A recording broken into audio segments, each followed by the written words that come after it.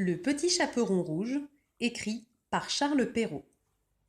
Il était une fois une petite fille de village, la plus jolie qu'on eût su voir. Sa mère en était folle, et sa mère grand plus folle encore. Cette bonne femme lui fit faire un petit chaperon rouge qui lui seyait si bien que partout on l'appelait le petit chaperon rouge. Un jour, sa mère, ayant cuit et fait des galettes, lui dit « Va voir comme se porte ta mère grand, car on m'a dit qu'elle était malade. Porte-lui une galette et ce petit pot de beurre. » Le petit chaperon rouge partit aussitôt pour aller chez sa mère grand, qui demeurait dans un autre village. En passant dans un bois, elle rencontra compère le loup, qui eut bien envie de la manger, mais il n'osa, à cause de quelques bûcherons qui étaient dans la forêt. Il lui demanda où elle allait.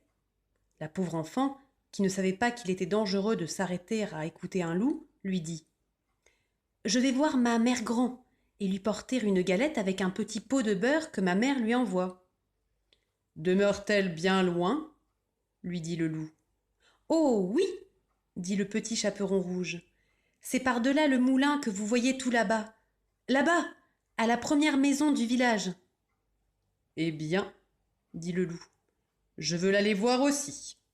Je m'en vais par ce chemin ici, et toi par ce chemin-là, et nous verrons qui plus tôt y sera. »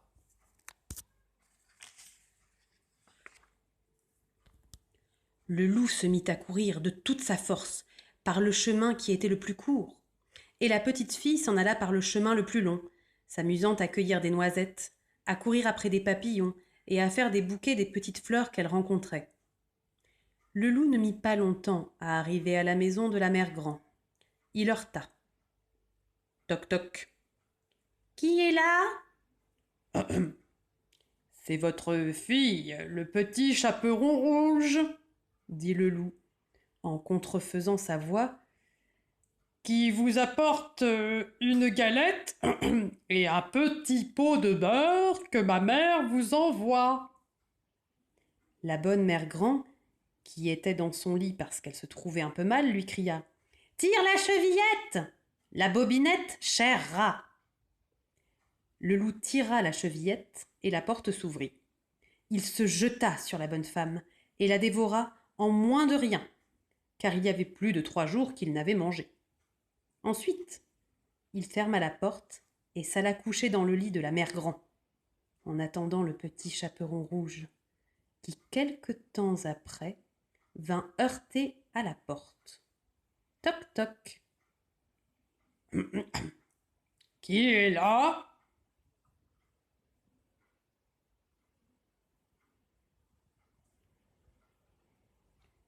Le petit chaperon rouge, qui entendit la grosse voix du loup, eut peur d'abord, mais, croyant que sa mère grand était enrhumée, répondit « C'est votre fille, le petit chaperon rouge, qui vous apporte une galette et un petit pot de beurre que ma mère vous envoie. » Le loup lui cria, en adoucissant un peu sa voix « Tire la chevillette et la bobinette, cher rat !» Le petit chaperon rouge tira la chevillette et la porte s'ouvrit. Le loup, la voyant entrer, lui dit en se cachant dans le lit sous la couverture « Mets la galette et le petit pot de beurre sur la huche et viens te coucher avec moi. »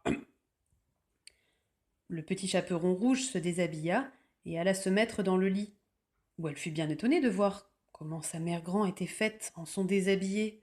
Elle lui dit « Ma mère grand, que vous avez de grands bras. »« Oh, bah, c'est pour mieux t'embrasser, ma fille. »« Ma mère grand, que vous avez de grandes jambes. »« C'est pour mieux courir, mon enfant. »« Ma mère grand, que vous avez de grandes oreilles. »« Oh, c'est pour mieux écouter, mon enfant. »« Ma mère grand, que vous avez de grands yeux. »« C'est pour mieux te voir, mon enfant. »« Ma mère grand, que vous avez de grandes dents. »« C'est pour te manger. »